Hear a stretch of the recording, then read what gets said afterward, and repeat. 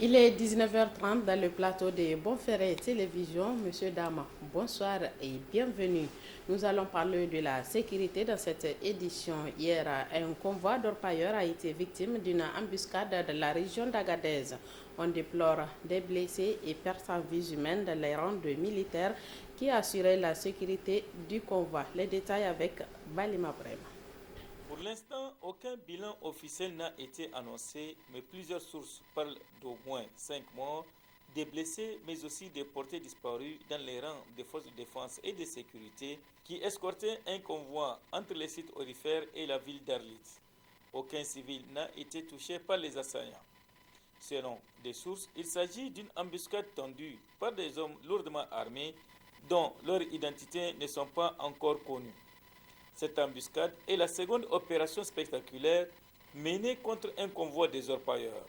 La première, c'est celle de janvier 2022 où des hommes armés ont attaqué le convoi et emporté environ une tonne d'or appartenant à des traders et des orpailleurs. Depuis, aucune nouvelle sur l'enquête qui a été ouverte. L'embuscade de ce dimanche 9 avril 2023 intervient alors que les autorités nigériennes ont organisé il y a quelques jours une rencontre sur le banditisme armé dans la région.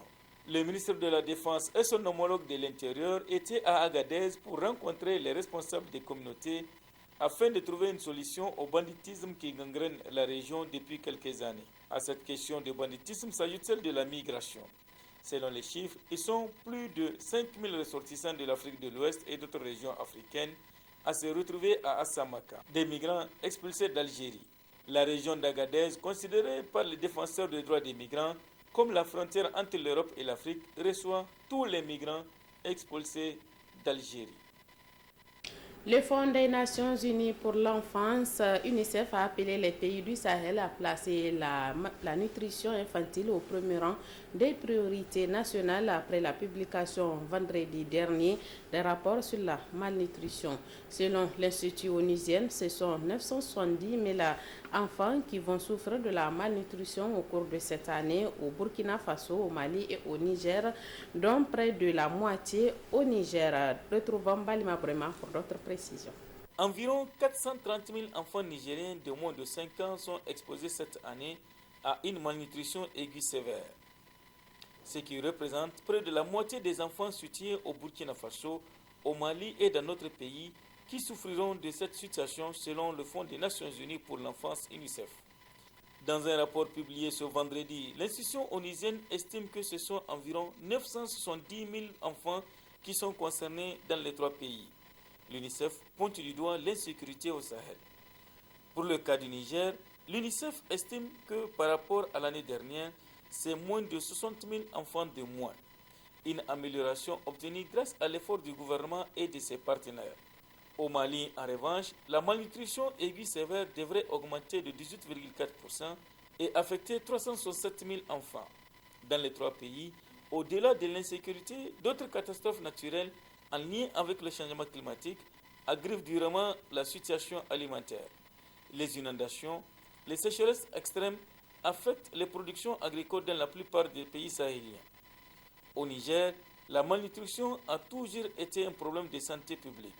Depuis 2005, la prévalence de la malnutrition a été au-dessus du niveau d'alerte de l'OMS qui est de 10%, même pendant les saisons de bonnes récoltes. Dans ce rapport, l'UNICEF appelle les gouvernements à placer la nutrition infantile au premier rang des priorités nationales et accroître les investissements nationaux dans la prévention, la détection et le traitement précoce de la malnutrition.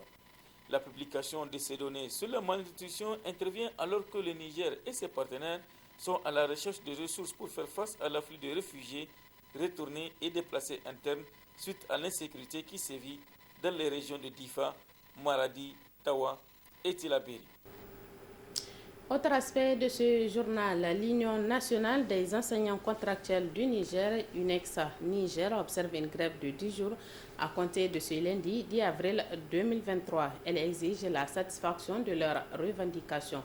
Compte rendu, Suleiman Souman. 10 jours de grève à compter de ce jour, lundi 10 avril 2023. Ainsi en a décidé l'Union nationale des enseignants contractuels du secondaire UNEX-Niger. À travers ce préavis de grève, l'UNEX Niger exige des autorités la satisfaction de l'essentiel de ses revendications. Nous avons entamé un deuxième préavis de grève de 10 jours ce matin. Les motifs sont connus de tous. C'est toujours les mêmes points revendicatifs, à savoir le recrutement sans concours à la fonction publique de l'enseignant contractuel, la rémunération égale que nous réclamons, nous exigeons du gouvernement, une rémunération égale pour un travail égal, et puis l'annulation des affectations arbitraires qu'on a fait à nos camarades, à 6 de nos camarades d'Agadez, et le déblocage également des comptes de nos vaillants militants suite au respect des mots d'ordre de blocage de notes du premier trimestre.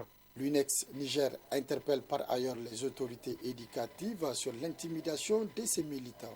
Nous avons eu des échanges avec les autorités en les notifiant que ce qu'ils ont fait, c'est anticonstitutionnel, c'est antiréglementaire. Nous, la grève est un droit reconnu par la Constitution. La Constitution nous reconnaît de partir en grève, d'utiliser les moyens légaux pour faire aboutir nos revendications. Mais eux, la façon dont ils ont utilisé pour bloquer nos comptes, nulle part les textes les ont permis de le faire. Mais jusqu'à aller bloquer nos comptes et à ceux qui ont leur argent en dehors du pécule dedans, comme étant des épargnes.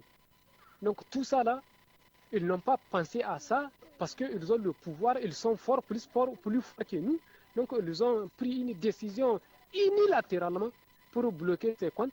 Et c'est là où d'ailleurs nous interpellons Niger Post par rapport à sa fuite de responsabilité. Niger Post ne doit pas obéir à des ordres comme ça.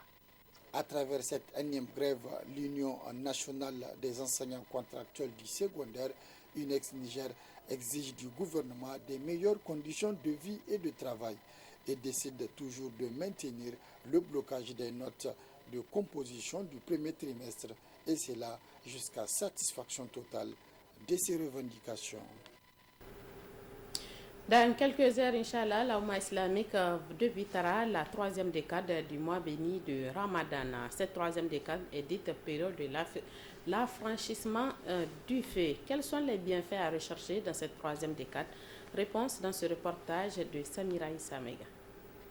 Les 10 derniers jours du mois béni de Ramadan, appelés troisième décade, sont une occasion pour les fidèles musulmans de redoubler d'efforts dans la pratique des bonnes œuvres, à savoir la lecture du Coran, les prières surrogatoires, l'assistance aux démunis, pour ne citer que cela. Ainsi, les fidèles entament la troisième décade du mois béni de Ramadan. Troisième décade, Itqun minallah, affranchissement de l'enfer, dispense de l'enfer. Pour celle-là, tenez-vous bien, et ceux-là qui dans la Ummah de Muhammad sallallahu alayhi wa sallam, ils étaient destinés, on a déjà leur ticket pour l'enfer. Ils devraient mourir avant la dernière décade, ils sont en enfer. Mais Allah, dans sa miséricorde infinie, de toute façon, on ne surprend jamais le Seigneur, lui qui maîtrise tout par sa science, qui sert tout par sa science. Eh bien, en cette dernière décade, ils vont revenir vers le Seigneur des repentir sincères. Tawbatan nasuha. Allah va accepter ce repentir. Et alors qu'ils étaient encore destinés à l'enfer, Allah va passer l'éponge et leur donner des tickets d'accès au paradis. Par la porte de Rayyan, il faut le dire. Pour peu qu'ils observent correctement leur jeûne, qu'ils reviennent vers leur Seigneur d'un repentir sincère, ils vont accéder au paradis. En islam, il n'est jamais trop tard pour le faire. Et pendant cette dernière décade, cette frère en islam, retenez qu'Allah fasse miséricorde, que les péchés, aussi nombreux, aussi compliqués, aussi grands, aussi accablants fussent-ils, grâce à la fontaine de miséricorde, on peut les voir effacés. La preuve, ce sont les gens qui vont en enfer, qui vont voir leur dossier retravaillé, reconsidéré, et un OK pour le paradis. Et cette dernière décade, il faut le dire, c'est la crème de la crème, c'est le meilleur du meilleur, c'est le sommet des sommets, parce que c'est dans cette dernière décade que se trouve cachée en ces nuits impaires la nuit de Qadr, une nuit qui vaut plus que 83 ans et 4 mois. parce que nous sommes la meilleure des communautés, parce que nous sommes les meilleurs, c'est le Seigneur qui le dit, alors le Seigneur nous offre l'occasion à ces meilleurs, parmi les fils et les fils d'Adam et de Hawa alayhim assalam, l'occasion de faire mieux en une nuit que ce que d'autres ont fait en 83 ans et 4 mois. qu'Allah nous permette de rencontrer les Laylatul Qadr cette année encore, parce que j'espère qu'on les a rencontrés déjà. Inch'Allah, Ya Rabbal Alamin. La dernière décade est aussi un moment pour se consacrer entièrement à Dieu, de demander pardon de la dévotion afin d'obtenir la rahma de ce mois béni. C'est la fin de ce journal. Merci de nous avoir suivis. Rendez-vous demain à la même heure, Inch'Allah, pour d'autres nouvelles informations sur Bonferré Télévision.